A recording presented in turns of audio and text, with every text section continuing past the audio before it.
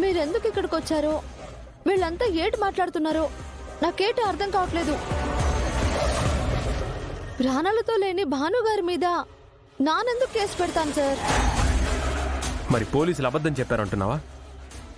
Wait, అతను ప్రాణాలతో లేడా? Let me clear one thing sir. ఈ అమ్మాయి 2 రోజుల ముందు ఒక వ్యక్తి అమ్మాయిలతో తప్పుగా ప్రవర్తిస్తున్నాడని, తన మధ్యవర్తుల ద్వారా లొంగ తీసుకునేందుకు బెదిరిస్తున్నాడని, అతనెవరో తెలుసుకోవాలని కార్ నెంబర్ తెలుసుకొని కేసు ఫైల్ చేసింది. ఆ కార్ నెంబర్ వచ్చేసి DL8C.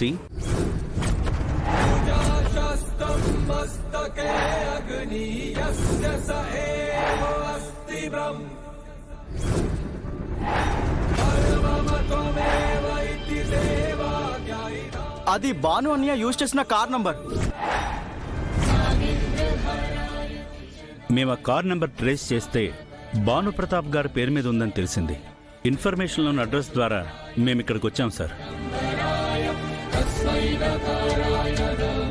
ఎక్కడో ఏదో పొరపాటు జరిగింది సార్.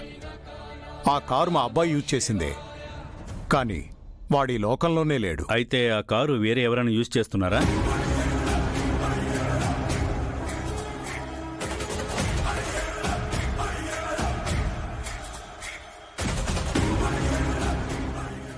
వీరు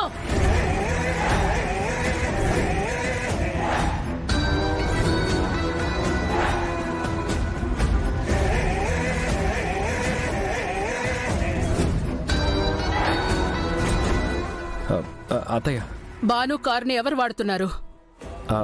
అది కార్ ఖాళీగా ఉంటుంది కదా అని బిజినెస్ పార్ట్నర్స్ ఎవరైనా అబ్రాడ్ నుంచి అదర్ స్టేట్స్ నుంచి వచ్చినప్పుడు ట్రాన్స్పోర్ట్కి ఆ కార్ని యూజ్ చేస్తున్నాం అత్తయ్య గారు.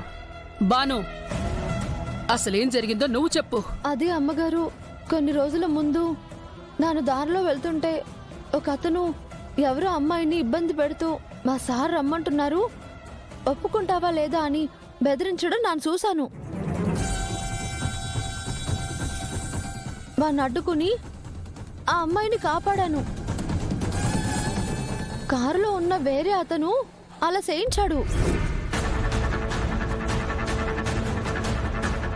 అతన్ని పట్టుకోవాలని నేను ట్రైయింగ్ చేశాను, కానీ పారిపోయాడు.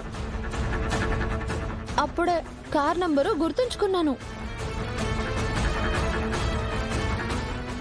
మొన్న అదే కారు మళ్ళీ కనిపించడంతో ఫాలోయింగ్ అవ్వడానికి ట్రైయింగ్ చేశాను.